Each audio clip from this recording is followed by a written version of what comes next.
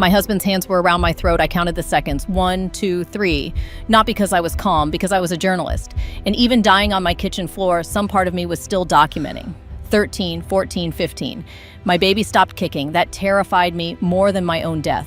At count 19, my fingers found my phone. 3 clicks, 1 button, then the darkness took me. I was dead for 4 minutes. But here is the thing, Daniel Cole did not know when he stood over my body and watched my heart stop. I'd been recording him for 6 months. And what that recording captured, his confession, the names of the women before me, the 20-year cover-up his own mother had been running from the shadows, would not just send him to prison. It would bring down an entire family that had been making women disappear and calling it accidents since before I was born. But surviving was only the beginning. Because when I came back to life, the evidence vanished. A witness's house burned down. My own mother went on national television to call me crazy. And the man who killed me walked out of the courthouse in a fresh suit, smiling at the cameras. So I did the only thing I had left. I told the world, stay with me, because what happened next will change the way you see everything. Lesson statement.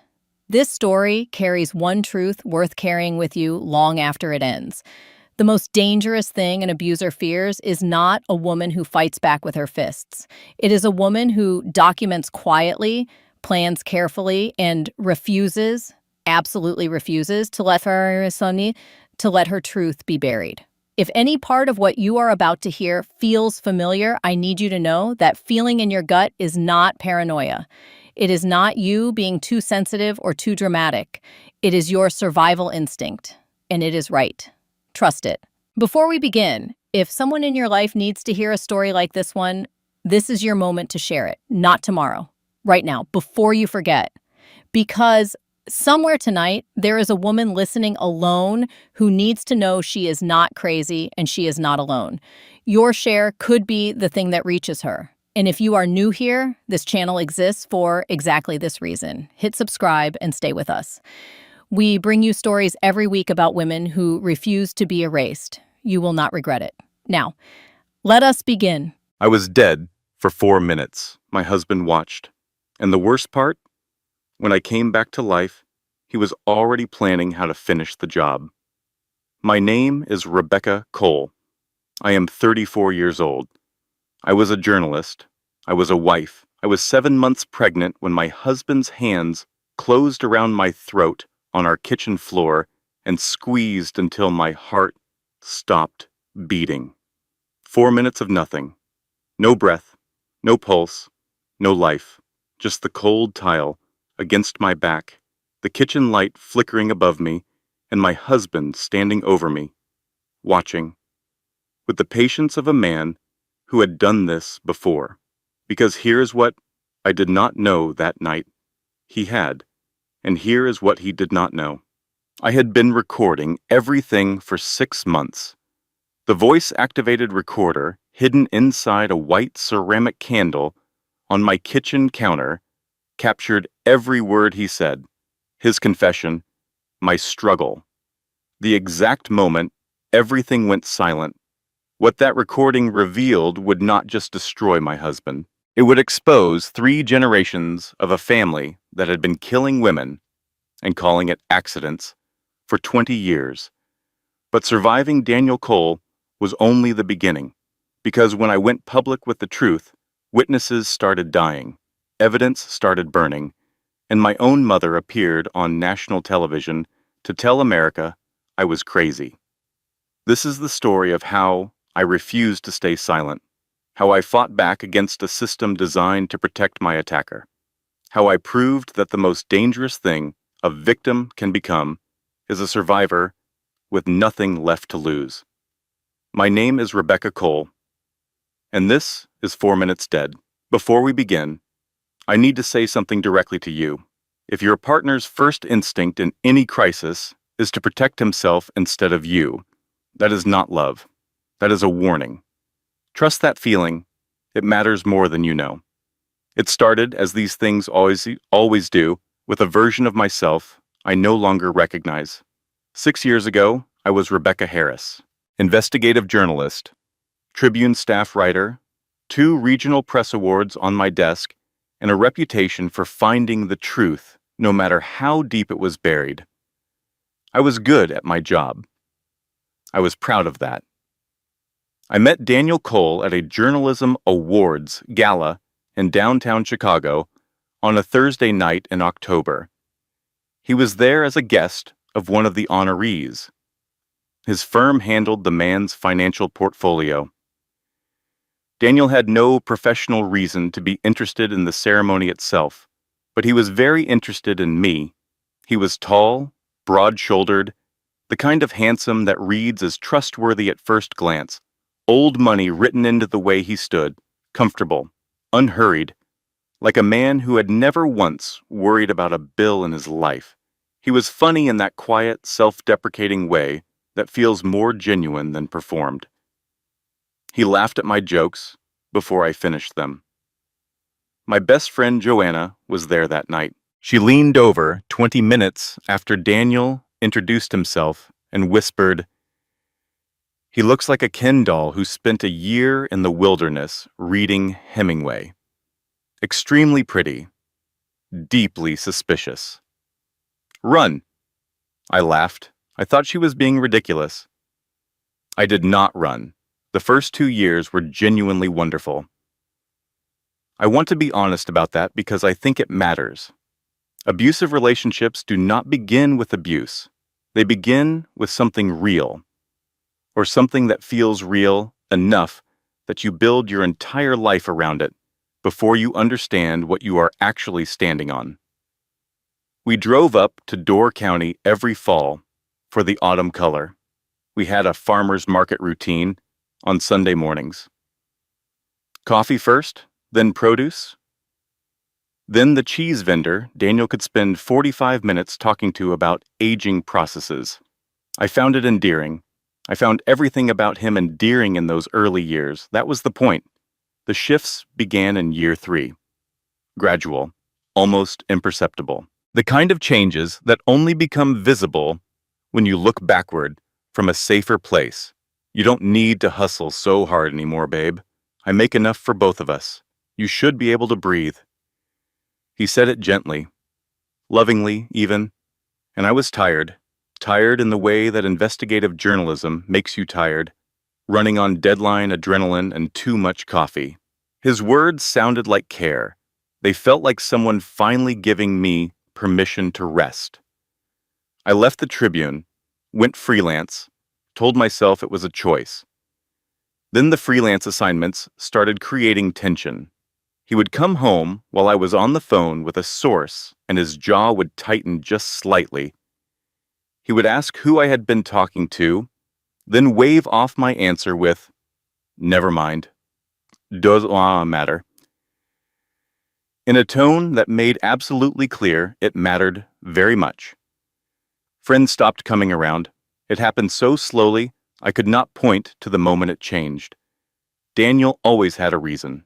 "Joanna was kind of rude last time, don't you think? Your college friends always pull you away for the whole weekend. I just like having you to myself. Is that so wrong?" It did not sound wrong. It sounded like love. He moved my car keys twice in 1 week. Both times I searched the apartment for 20 minutes before finding them in a completely logical place. On the hook by the door, exactly where they should be. He was sympathetic. "Baby, you've been so scattered lately. Are you sleeping enough?" He said it with such genuine-sounding concern that I thanked him for noticing. He quoted conversations I had no memory of. Dinner plans I had apparently agreed to. Promises I had supposedly made. I would stand in the kitchen trying to reconstruct conversations in my head, certain they had never happened, and then doubt myself completely. By the time he finished explaining what I had said and why I had said it, I knew the word gaslighting. I had written an article about it 4 years earlier. I had interviewed survivors and thought, with the particular arrogance of someone who has never experienced something firsthand, this would never happen to me. I would recognize it. I did not recognize it. Because knowing a word and living inside it are two entirely different things. the knot in my stomach every time I heard his key in the door. I told myself it was anticipation, the way I rehearsed conversations before having them. I told myself I was being thoughtful, the way I had stopped mentioning Joanna's name at home. I told myself I was keeping the peace. I was disappearing. One small accommodation at a time, and I was so focused on keeping things smooth and quiet and manageable that I could not see the shape of what was being built around me. It was around my 5th month of pregnancy that something shifted. I cannot explain it precisely. Maybe it was instinct. Maybe it was the biology of carrying another life, my protective systems activating at a cellular level. Maybe it was the night his hand stayed on my arm just a few seconds too long during an argument, his fingers pressing just firmly enough to leave no visible mark, but enough pressure that something in my body registered what my conscious mind was still refusing to name. I started documenting, small things at first, a notebook hidden behind the cleaning supplies under the kitchen sink. Dates, times, what he said, what I remembered, what he claimed I said or remembered. I backed up text messages to a secret email account, and I ordered a voice-activated recorder online, paid for it with a prepaid cash card, had it shipped to Joanna's address. It arrived in a box shaped like a white ceramic candle. I placed it on the kitchen counter between the coffee maker and the window, right where he would never think to look because it was too obvious, too decorative, too thoroughly a part of the room's background. I was a journalist. I knew how to gather evidence. I just never imagined I would need to gather it about my husband. Here is what I need you to understand. If you are listening to this and something feels familiar, gaslighting does not begin with screaming. It begins with confusion, with small moments of self-doubt that seem entirely reasonable in isolation. If someone in your life is consistently making you question your own memory, write things down, date and time everything. Keep it somewhere they cannot access. Documentation is not paranoia. Documentation is protection, and it saved my life. The seeds of suspicion were planted. The recorder was running. And on a Tuesday morning in March, Daniel left for an emergency meeting and forgot, for the first and only time in 6 years, to close his laptop. He had never once left his laptop open and unattended. Passwords changed monthly, screen always closed, always locked, phone always face down or in his pocket.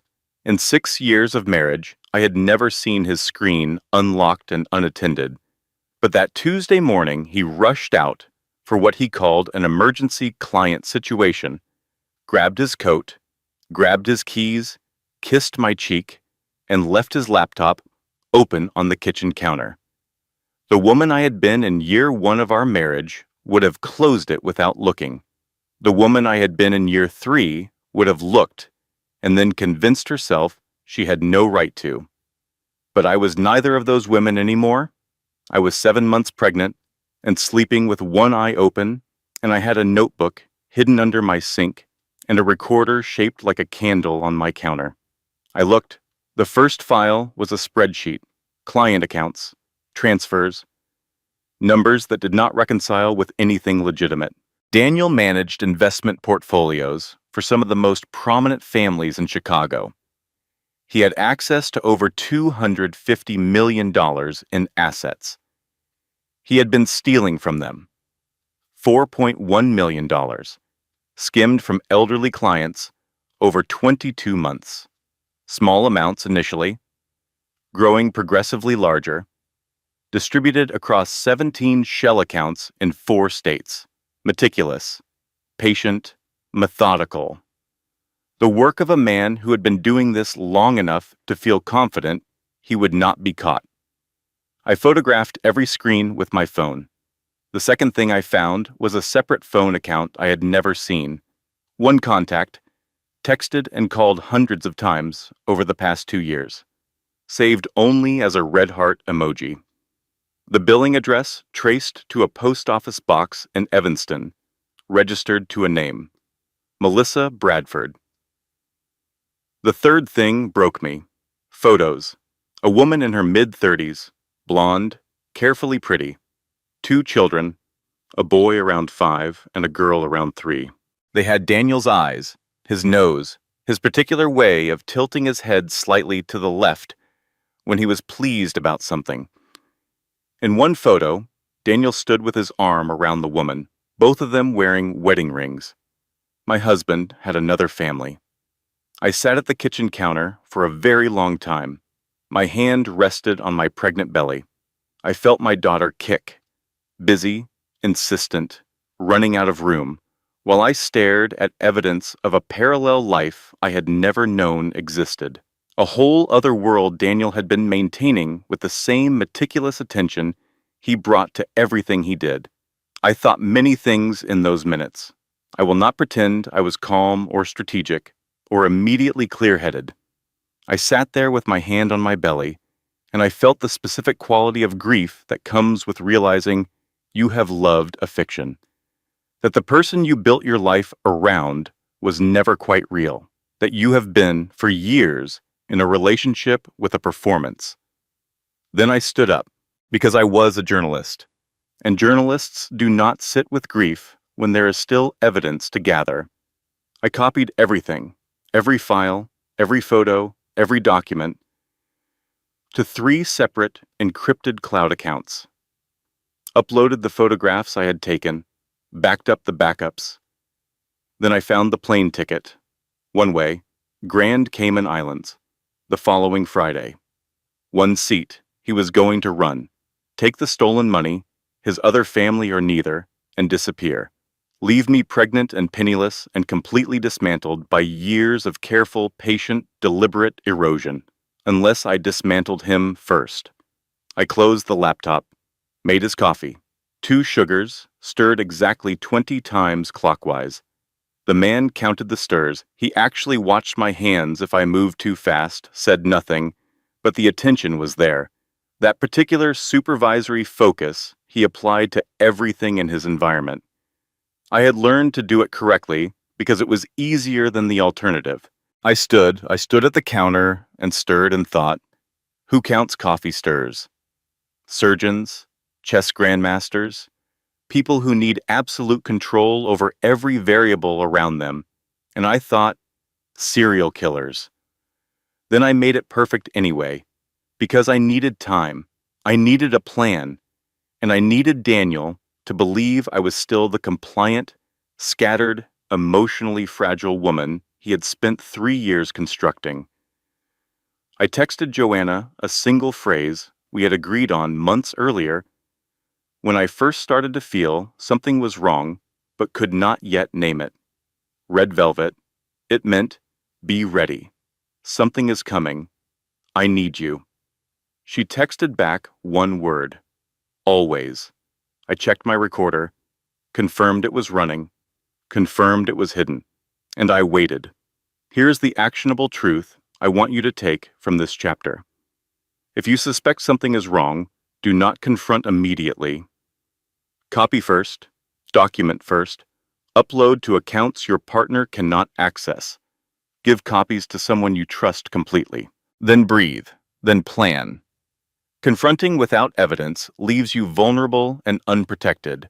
Confronting with documented evidence means that no matter what happens next, the truth exists somewhere outside your own word against his.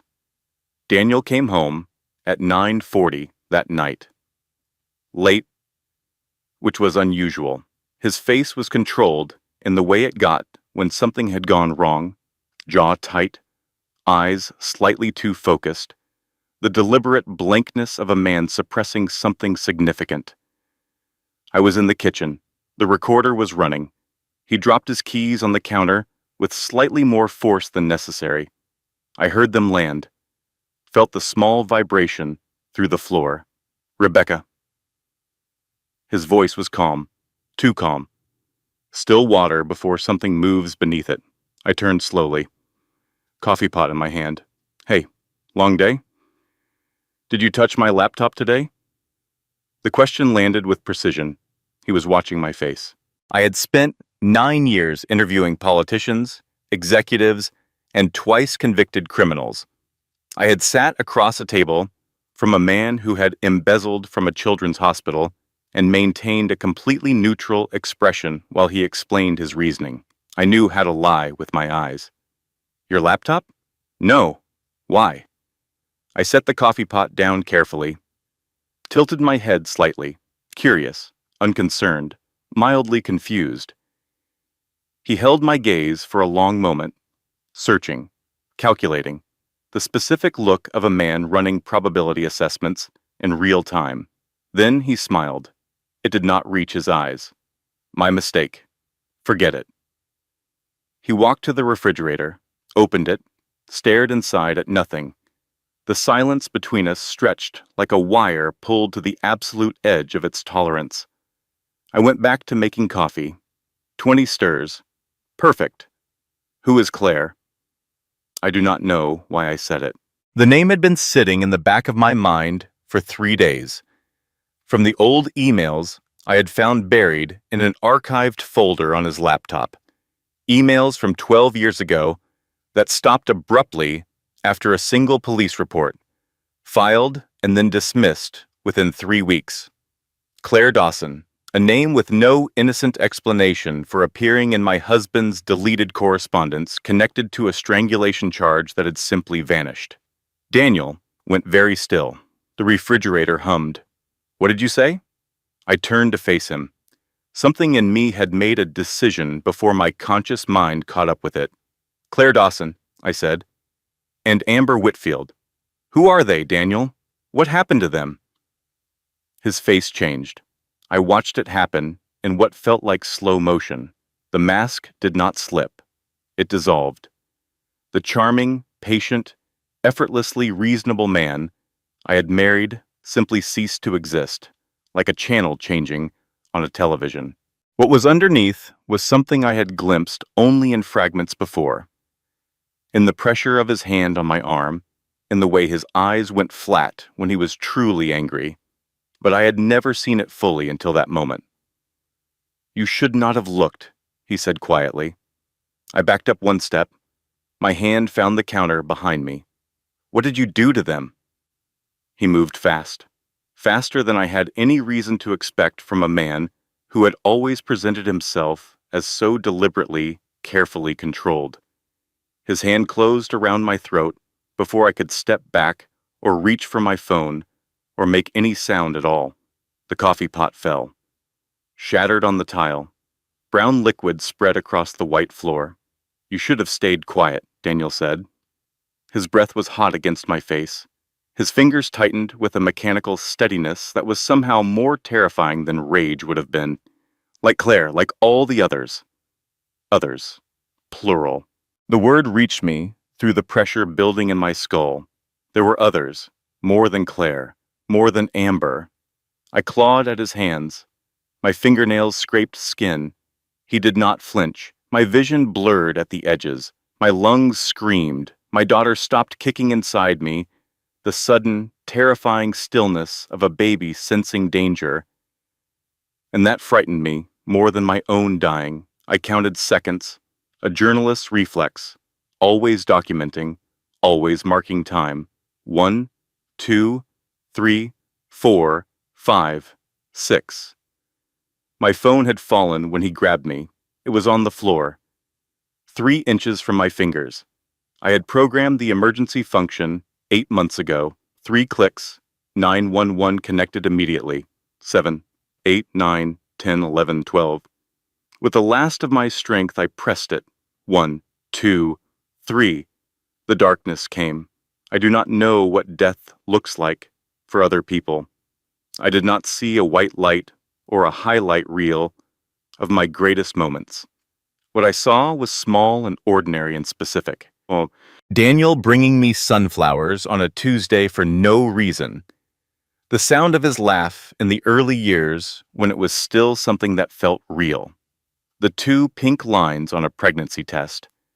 Me sitting on a gas station bathroom floor, laughing and crying simultaneously.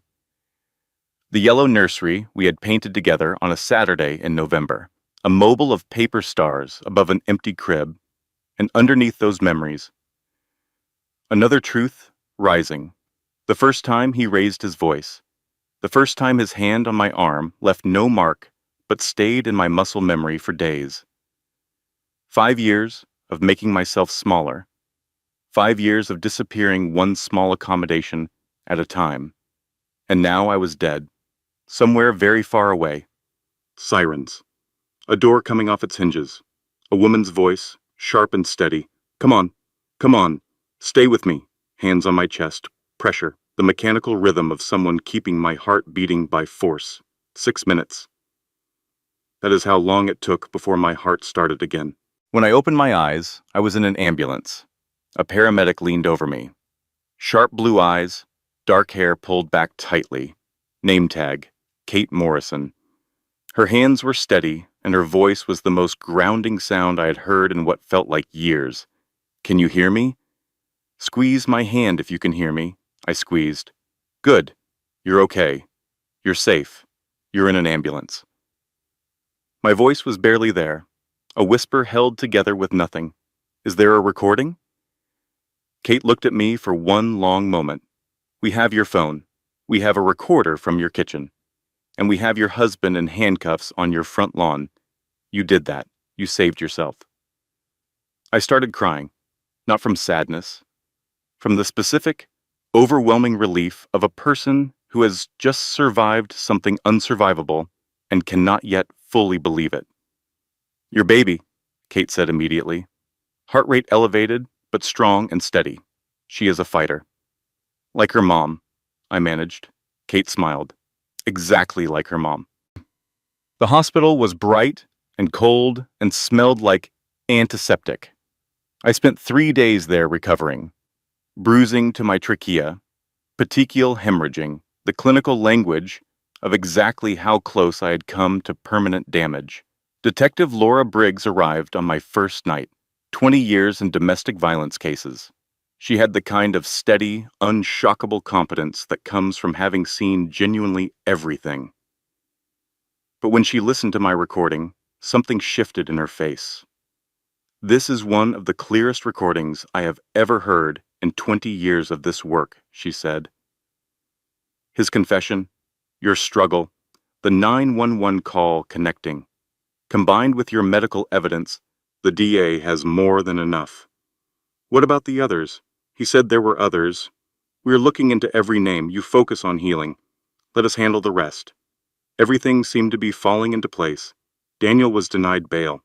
The judge cited the one-way plane ticket, the offshore accounts, and the severity of the attack. His father, Robert Cole, a sitting federal judge, was forced to recuse himself from anything related to the case. The media picked up the story within 48 hours. My face was everywhere. For the first time in years, I let myself believe it might actually be over. Joanna arrived at the hospital with a rolling suitcase, a tote bag, and the energy of a woman who had been waiting for permission to go to war. I brought 4 things, she announced, dropping into the chair beside my bed. Dry shampoo, because you have been through something, and it shows. A phone charger, because yours is at 11%, and that is stressing me out considerably. Snacks, because hospital food is a form of additional punishment. And she produced a folder approximately 2 inches thick. Every prenup violation your husband committed, organized chronologically with color-coded tabs. I laughed. It hurt my throat considerably. We have a prenup, I said. You had a prenup. Past tense. He violated approximately 19 clauses the moment he tried to kill you. We are going to take the house, the accounts, the vintage watch collection, and whatever dignity he has remaining, in that exact order. For the first time in days, I felt something that resembled hope. Then, 2 weeks later, Detective Briggs called. Her voice was wrong. Flat and away, it had not been before. Rebecca, the recording from your phone, The audio file has been corrupted, remotely wiped, overwritten with static. It is completely unusable. The bottom dropped out of everything. That's not possible. I backed it up. 3 separate cloud accounts. They're all gone. All 3. Whoever did this had access to your accounts, your passwords, your security questions, everything. Daniel is in jail. He doesn't have access to a computer. No, but his family does. That afternoon, the Cole family posted $2 million bail like it was a minor inconvenience. Ankle monitor, restraining order, released to his parents' home pending trial. I watched it on television from my hospital bed. Daniel walking out of the courthouse in a suit that cost more than my monthly mortgage. His lawyer speaking to reporters about misunderstandings and false accusations. Daniel looking directly into the nearest camera, almost smiling. He was free. The man who had killed me was free, and I had no proof it had ever happened. If you have ever watched someone who hurt you walk away without consequences, I need you to know you are not alone. The system is not always built to protect people like us. But that does not mean we are without options. It means we have to be smarter, louder, and more relentless than the people trying to silence us. Which is exactly what I became. I moved to a safe house. Unlisted address known only to Joanna and Detective Briggs. I slept with a chair wedged under the door handle. I checked the locks before bed. And then I did the thing I knew how to do better than anything else in the world. I investigated. Finding Claire Dawson took 3 days of searching public records databases, archived court documents, and social media archaeology going back 12 years. What I found was this. Claire Dawson had filed a police report against Daniel Cole. Assault, strangulation. The injuries described were remarkably similar to mine. The case had been dismissed within 3 weeks. 6 months after the dismissal, Claire signed a non-disclosure agreement in exchange for $450,000 from the Cole Family Trust. Then she disappeared completely.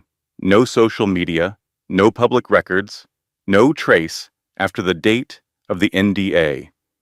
Either in hiding or no longer alive to hide. Finding Amber Whitfield was easier and harder simultaneously. A restraining order from 15 years ago. Photographs of bruising that documented injuries to her neck, arms, and face. The restraining order dismissed by a judge who turned out to be a longtime golf partner of Robert Cole, Daniel's father. Unlike Claire, Amber had not completely erased herself. She had changed her name, moved to rural Vermont, built a quiet life, but she had not fully disappeared. And I had spent 9 years finding people who did not want to be found. I drove 7 hours to her front door on a gray Wednesday morning. The woman who opened it was in her early 40s, tired eyes, a high-necked sweater despite the mild weather. She looked at my pregnant belly, at the yellowing bruises still visible on my neck above my collar. She did not look surprised to see me. "I know why you're here," she said. "I saw the news." "Then you know I need your help. There are others. He is going to keep doing this unless we stop him." She was quiet for a moment. Then she stepped aside. She told me everything. The relationship that began exactly as mine had, charming, attentive, the particular intensity that feels like devotion when you do not yet understand it is control. The control that became restriction. The restriction that became violence. The night Daniel choked her until she lost consciousness, and then stood over her, watching with what she described as clinical curiosity, like he wanted to see what it looked like from the outside. "I was 26, she said. "I was terrified. I believed them when they said they would destroy everything I had if I kept fighting. So I took the money, and I ran, and I changed everything about myself. And I have regretted it every single day since." "Will you testify?" Her hands shook as she poured coffee. They will come for me. The Cole family does not lose. They make problems disappear. They haven't made me disappear, I said. Not yet. And I am not going to stop. Amber looked at me for a long time. Then she stood, walked to a closet, and pulled out a cardboard box. I kept everything, she said. Photos, medical records, the restraining order, the letter their lawyer sent me. I knew someday someone would come looking. I just didn't know it would take this long. I stared at 15 years of evidence, waiting for exactly this moment. One more thing, Amber said. You need to find a woman named Melissa Bradford. Daniel married her 4 years ago. He told her his first wife died in a surgery complication. He has 2 children with her, and there is a life insurance policy on Melissa, $2 million. I went very still. He wasn't just planning to run, I said slowly. No, Amber said. He was planning the chapter after. You were the loose end he was closing. Melissa was the next phase.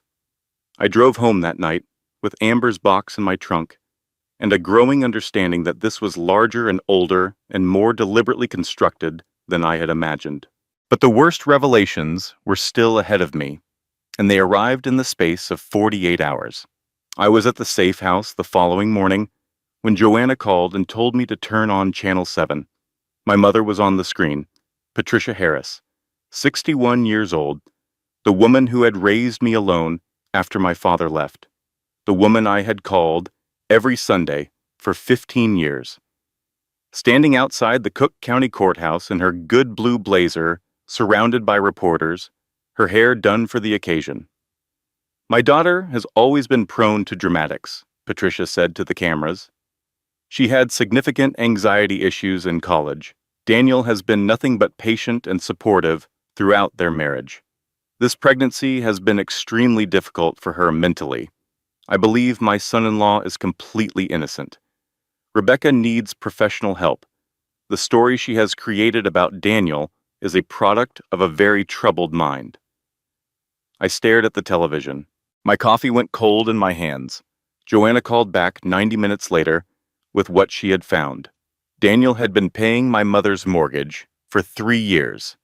Her car, a 2022 Subaru, she had told me she had saved for herself, was purchased by Daniel through an LLC. He paid her credit card bills monthly, and she had been in contact with his lawyers since the night of the attack, providing them with my location, my plans, everything I had told her in those early weeks when I had believed she was on my side.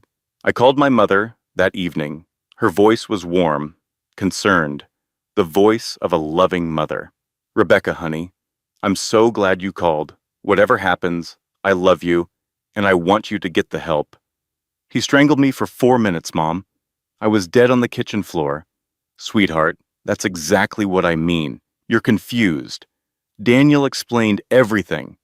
Daniel explained everything, I repeated. To you. He's very worried about you. We both are. I sat very still for a moment. You chose a mortgage over your grandchild, I said. I hope the foundation holds. I hung up. I did not call again. Not everyone who shares your blood shares your interests. Chosen family is real family. Blood relatives who betray you are simply strangers who know your childhood. I learned that on a Tuesday morning, watching my mother defend the man who killed me on live television. I hope you never have to learn it that way. Joanna appeared at the safe house that afternoon with takeout and barely contained fury.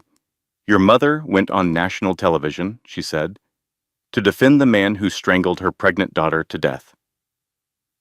Technically, I came back. Technically is doing a lot of work in that sentence. She handed me chopsticks. My mother would never do that.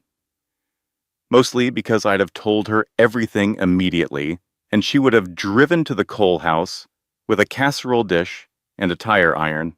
A casserole and a tire iron. She believes in being prepared for every possible outcome. I almost smiled. It was the closest I had come in days. Then Detective Briggs called at 4 the next morning. Amber Whitfield's house, she said. Fire started around 2 a.m. Ruled accidental. Electrical fault in the basement. The evidence? Gone. All of it. Amber had gotten out with her dog and her purse. She called me from a gas station payphone at 6 a.m., her voice steady in the way that shock sometimes produces steadiness as a defense mechanism. "I'm done," she said. "I'm sorry, Rebecca. I believe you. I want him to pay, but I have to be alive to want things." I did not blame her. I understood her completely. 2 days later, Detective Briggs called again. "We found Claire Dawson.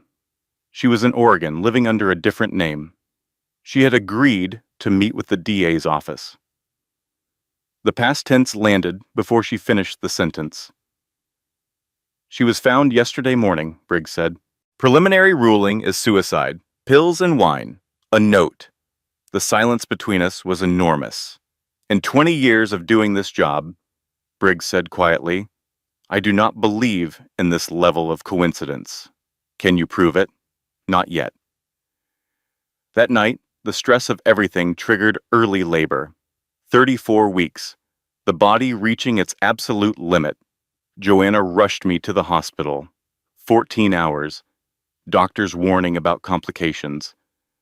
The specific terror of fighting for 2 lives at once. At 6:23 in the evening, Emma Grace Cole came into the world.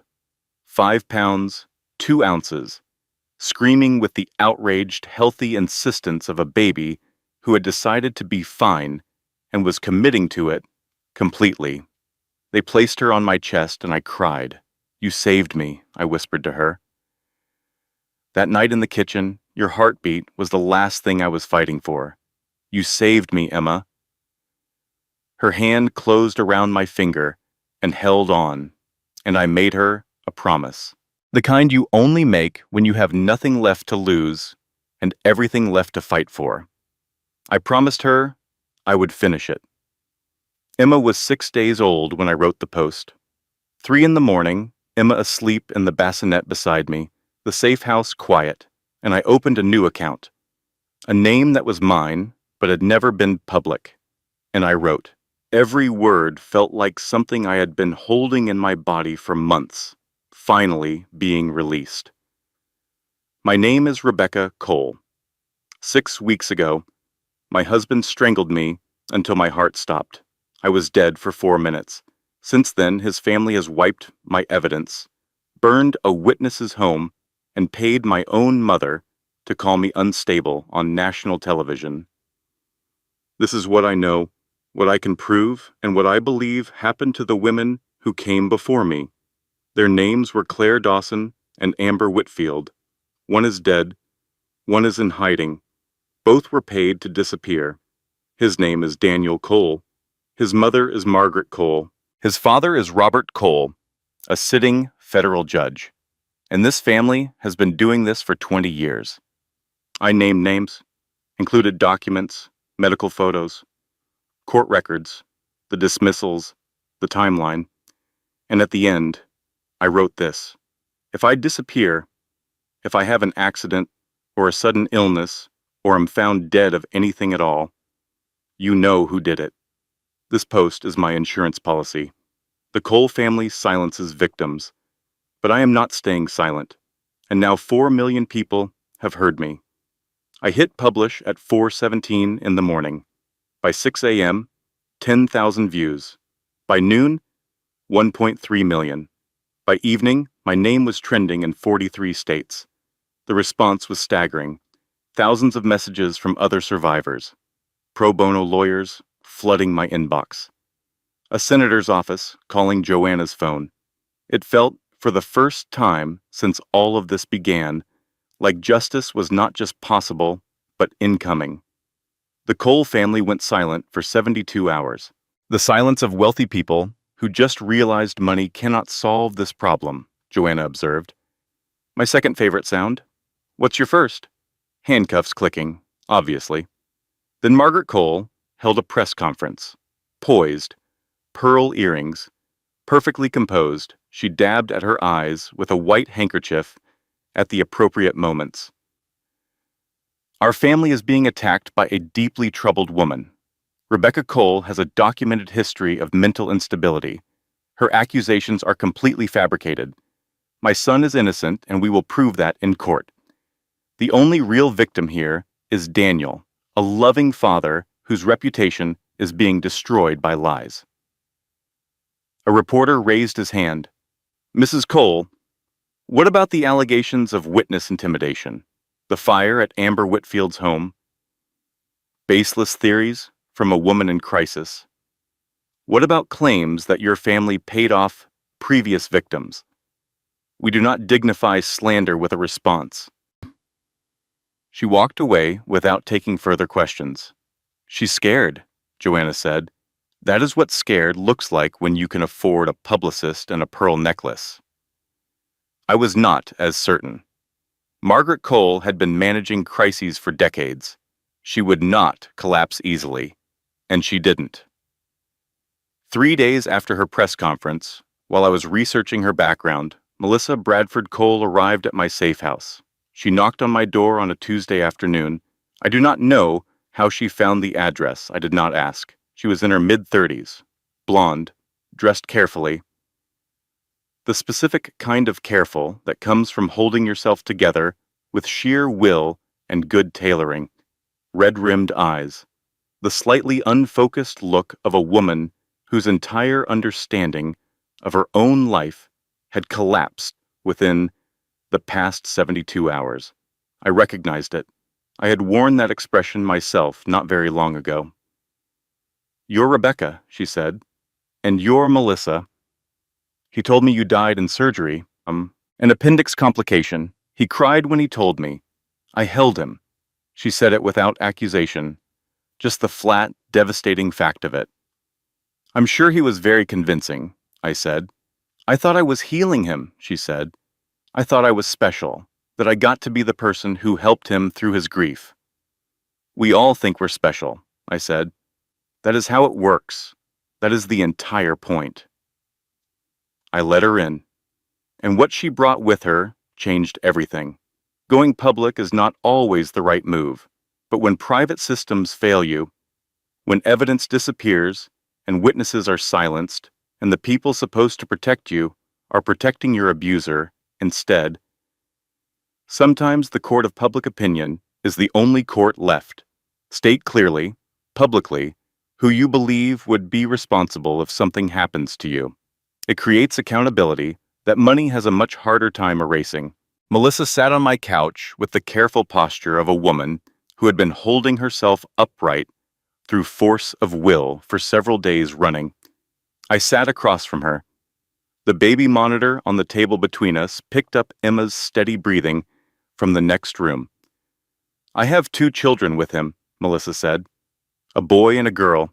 Every time I look at their faces now, I see his. There was nothing useful I could say to that, so I said nothing. She reached into her bag and produced a folder, thick, organized with the methodical precision of a woman who had spent the past week in a controlled panic, gathering everything she could find before anyone could take it from her. I started looking after I saw your post, carefully, without letting him know. He was at his parents' house by then. The restraining order kept him away from our home. Inside the folder, offshore bank accounts I had never found in my own research, properties in Colorado, Florida, and outside Edinburgh and Scotland. Shell companies nested inside other shell companies, the infrastructure of a man who had been building escape routes for years. And then she handed me a single sheet of paper, a life insurance policy. The insured, Rebecca Cole. The beneficiary, Margaret Cole. Policy initiated 18 months ago. Daniel Cole listed as the authorizing party. Margaret Cole's signature on the co-authorization line.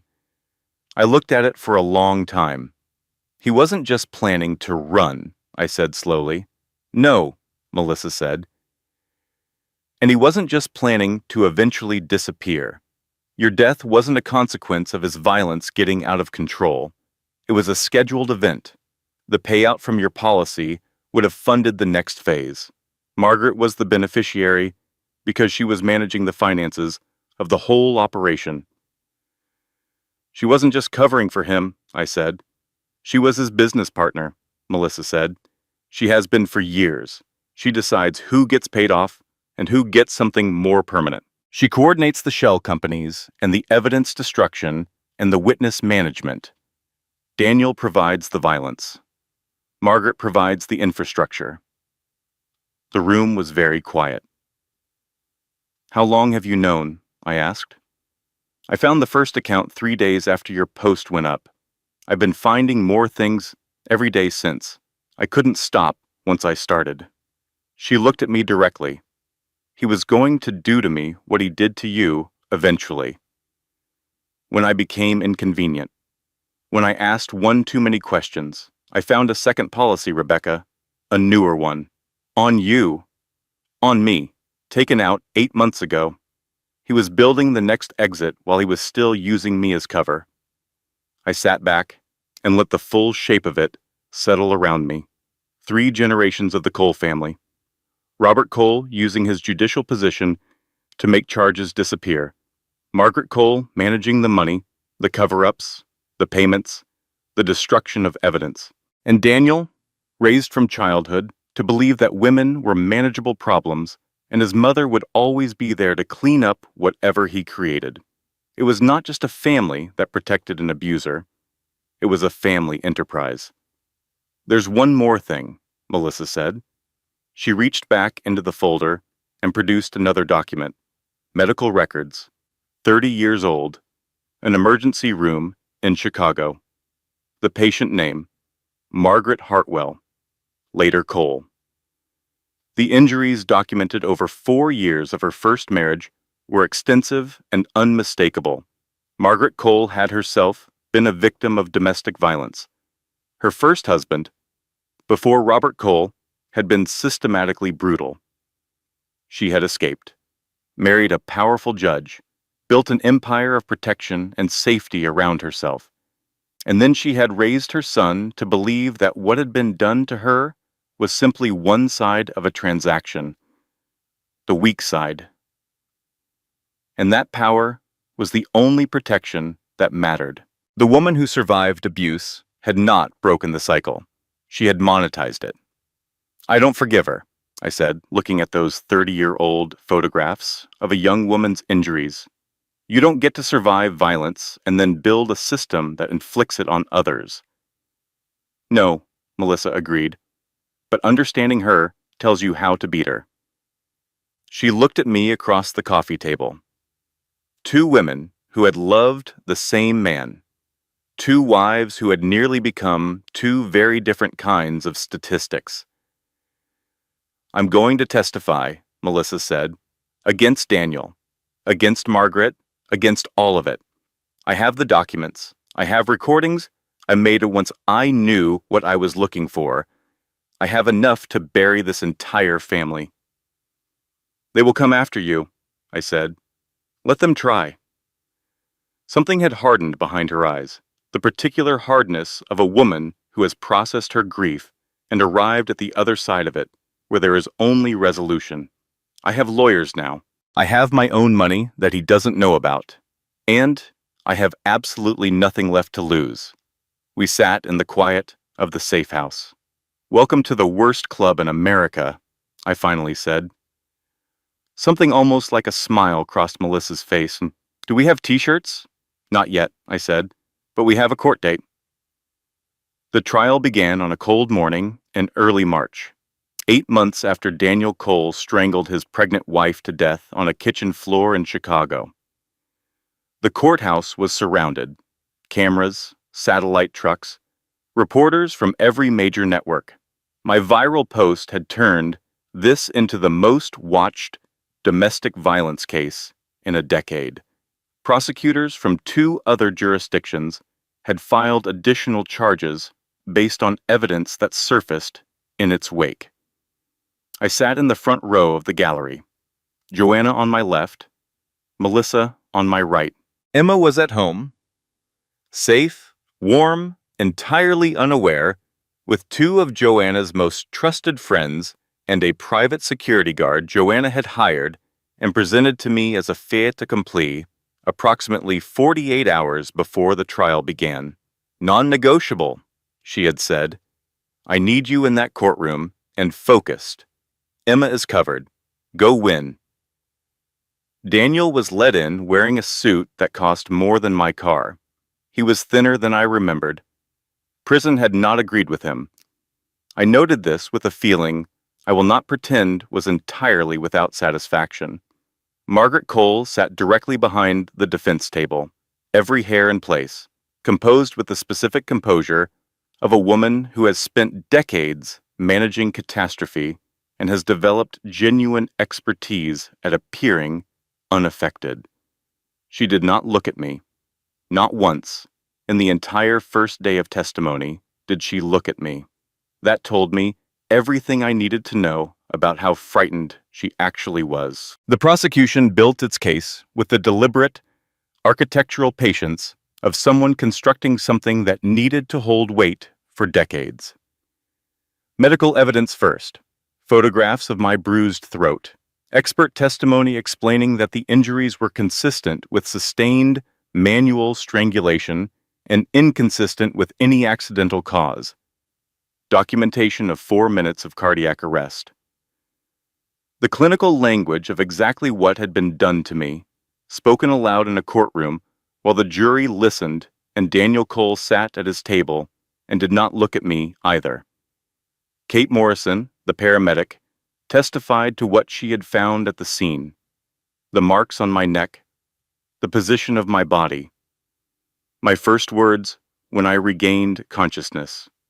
In 8 years of responding to domestic violence calls, Kate said, I have never had a victim's first concern be the evidence. Rebecca Cole was not thinking about herself. She was thinking about making sure he could not do this to anyone else. Anyone. Amber Whitfield testified via secure video link from an undisclosed location. Her hands were visibly shaking on screen. Her voice was not. He choked me until I lost consciousness, she said. And when I came back, he was standing over me watching, like he was curious about something, like he wanted to see what it looked like from the outside. Several jurors looked away from the screen. 2 did not. Melissa testified next. The lies she had been told, the life she had built on a false foundation, the children who would grow up knowing what their father had done, the insurance policy with my name on it. I didn't know, she said. I need this jury to understand that I did not know what he was, but I know now. And I am here because these women deserve to have someone stand next to them who could speak to what Daniel Cole does when no one is watching. Then the prosecutor called Margaret Cole to the stand. She walked to the witness chair with the composure of a woman attending a board meeting she had already decided the outcome of. She arranged her expression into something suggesting maternal concern and cooperative good faith. The prosecutor placed documents on the table in front of her, one at a time, with a deliberate, unhurried patience that was its own form of pressure. Wire transfer, $450,000 to Claire Dawson, 14 days after Claire filed assault charges against Daniel. Payment to a digital security firm, traced through 3 shell companies back to the Cole Family Trust, dated 3 days before Rebecca's audio recordings were remotely wiped. A life insurance policy. Rebecca Cole's name, Margaret Cole as beneficiary, Daniel Cole as initiating party, Margaret Cole's signature on the co-authorization line. Mrs. Cole, did you authorize this policy? Margaret's composure fractured, one hairline crack visible in the slight tightening around her eyes. I was protecting my family. From what, Mrs. Cole? From women who wanted to destroy us. From women your son strangled, you mean. You have no idea what that boy has been through, what I sacrificed, What have you sacrificed, Mrs. Cole? The prosecutor's voice was completely level. Claire Dawson is dead. Amber Whitfield lost her home and everything in it. Rebecca Cole was dead on her kitchen floor for 4 minutes while carrying a child who had done nothing to your family at all. What exactly have you sacrificed? Margaret had no answer. The prosecutor turned to face the jury. Margaret Cole was herself a victim of domestic violence 30 years ago. For 4 years, she endured what her son later inflicted on others. She survived. She rebuilt. She married a powerful man and created a life insulated by money and judicial protection. And then she raised her son to believe that women were manageable, that violence was a tool, and that she would always be there to make the evidence disappear. She paused. Let it settle. She did not break the cycle. She built a business around it. She managed the finances of her son's violence for 20 years. She decided who received payments and who received something more permanent. And she planned in writing, with her signature on the documents, for Rebecca Cole's death to fund the next chapter. She placed the final document on the table. It ends today. The deliberation took 4 hours and 11 minutes.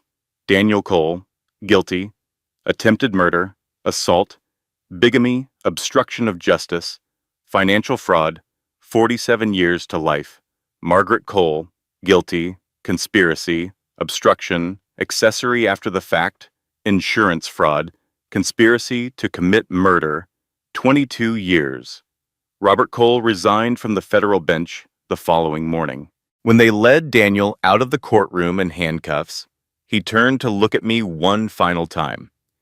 His mouth began to form the same words he had said in my hospital room 8 months earlier, the threat he had been making since the beginning. "Goodbye, Daniel," I said. Before he could finish, I turned away first. For the first time in 6 years, I turned away first, and I did not look back. 2 years later, I stood on a stage in front of 300 people at a domestic violence awareness conference in Minneapolis. My book, 4 Minutes, A Survivor's Guide to Leaving, had debuted at number 3 on the New York Times bestseller list and was in its 7th printing. More importantly, the nonprofit I had founded, First Response, had helped over 2,000 women safely document their situations, access legal resources, and fund emergency exits in its first 18 months of operation. We had a hotline staffed 24 hours. We had partnerships with legal aid organizations in 31 states. We had helped women I would never meet leave situations I recognized in my bones. Emma was 2 years old. She had her father's eyes and my stubbornness and Joanna's complete inability to stay quiet when she had something to say, which, oh my God, as Joanna pointed out frequently, was entirely my fault for making Joanna her godmother. Melissa was in therapy, rebuilding carefully, co-parenting her children with the help of a support network she had spent 2 years constructing from the ground up. She called every few weeks. She was doing the slow, non-linear work of reconstructing a self after it has been built on someone else's lies. It was hard work. She was doing it anyway. Amber had relocated. New city, new name, new start. She called on the first Sunday of every month. The last time we spoke, she told me she had adopted a second dog and was sleeping through the night without checking the locks. Kate Morrison, the paramedic who had kept my heart beating with her hands on a kitchen floor in Chicago, was sitting in the 3rd row of the conference hall. She had brought her partner and was crying during my speech and would spend the reception afterward insisting to everyone who would listen that she was not crying and never cried. I had given her a copy of the book with a dedication I will not repeat here because it was private and it was for her. But I will say that there are people in every story like this one who do not get named in headlines, who show up in the darkest moment of someone else's life and simply do the work with steady hands and a clear voice. Kate was one of those people. She deserves to be remembered. I stood at the microphone and looked out at the room.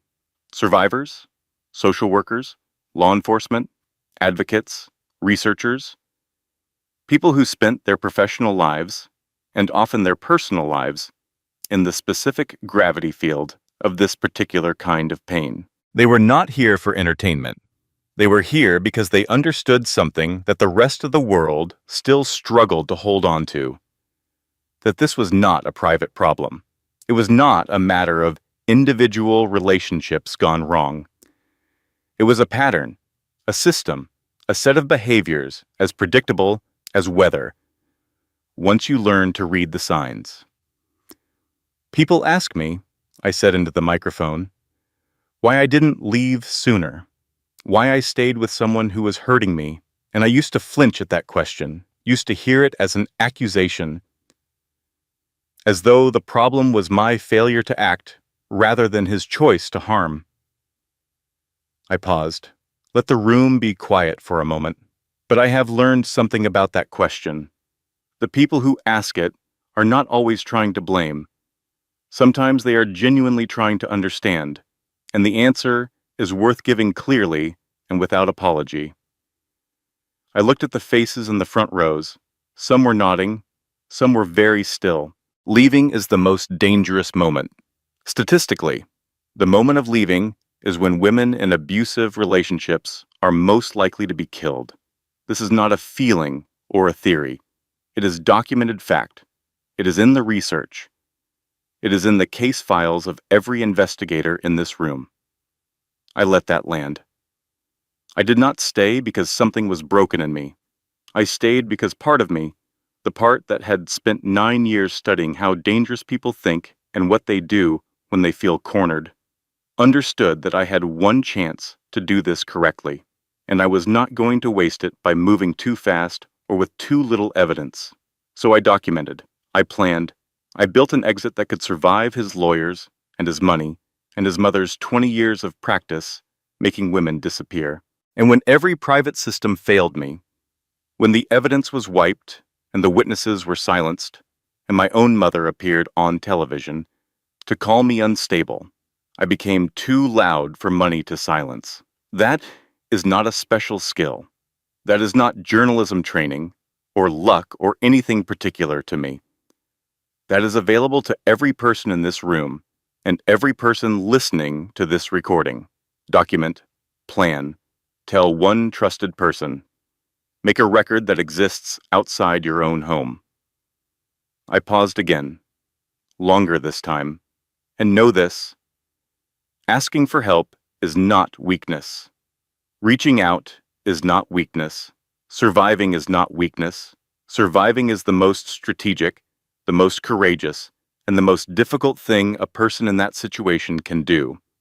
And none of us do it alone. After the speech, a young woman approached me. 22, maybe 23, bruising along her jaw, careful makeup doing its best. A posture I recognized immediately. Slightly turned inward, shoulders drawn toward the center, the specific physical language of a person who had spent long enough making herself smaller that it had become automatic. I had stood exactly like that for 3 years. He says it's not a big deal, she whispered. He says he just loses control sometimes. He always apologizes right after. I took both her hands in mine. Strangulation, even once, even briefly, is one of the single strongest statistical predictors of homicide and domestic violence situations. It is not losing control. It is demonstrating control. It is showing you exactly what he is capable of and exactly what he will use if you do not comply. There is a difference between those things, a significant one. She looked at me. Her eyes were full. You deserve to leave safely, I said, and there are people whose entire purpose is to help you do exactly that. I gave her my card, the hotline number, the name of a shelter with beds available that night. I held her hands for a moment longer than I needed to, so she would feel that she was not invisible, that someone had seen her. I do not know if she used the number. I never found out. But I hoped. I still hope, every time, because hope, I have learned, is not naive. In the right hands, with the right preparation behind it, hope is a form of strategy.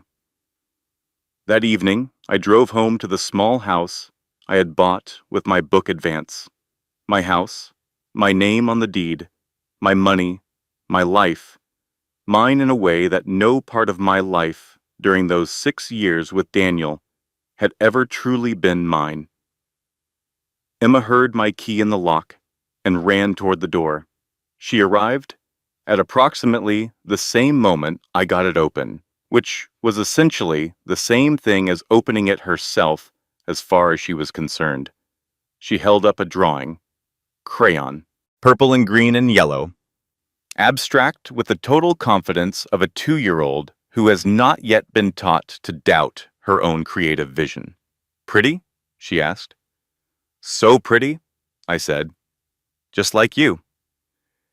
I picked her up, held her, felt the particular weight of her, still small enough to hold entirely, already too opinionated to stay still for long. She smelled like bath soap and crayons and something specific that I knew was just her, that had been just her from the first moment they placed her on my chest in that delivery room. I stood at my window and watched the sun go down.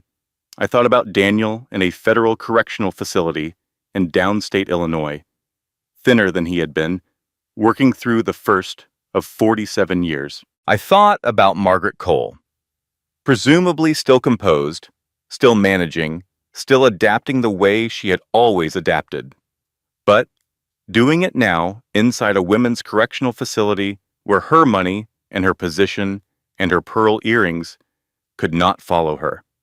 I thought about Claire Dawson, who had survived 12 years in hiding under a name that was not hers, who had agreed to come forward, and who had not survived long enough to see justice arrive. I thought about all the women whose names I had never found, the ones who took the money and the silence and tried to rebuild from it, the ones who did not survive to try anything at all. I would tell their stories, every resource First Response had, every platform I had built from the rubble of my own marriage. I would use it to make sure none of them were forgotten, that their silence, forced or chosen or permanent, did not mean they had never spoken. Emma was getting heavy against my shoulder. I carried her to her room and tucked her into bed and turned off the lamp and stood in the doorway for a moment, watching her in the dark. I love you, I whispered, and I am going to spend my whole life teaching you what real love looks like, what it feels like, how to know the difference between someone who wants to know you and someone who wants to own you. No one gets to hurt you and call it love. Remember that. She was already asleep, but someday she would understand. Someday she would know exactly who her mother was and exactly what her mother survived, and exactly what her mother built from the surviving. I wanted her to know all of it. Not as a trauma she had to carry, but as a truth she could stand on. I checked the locks. Once, just once, not 17 times anymore. Not the counting, recounting, the ritual reassurance of fear made habitual.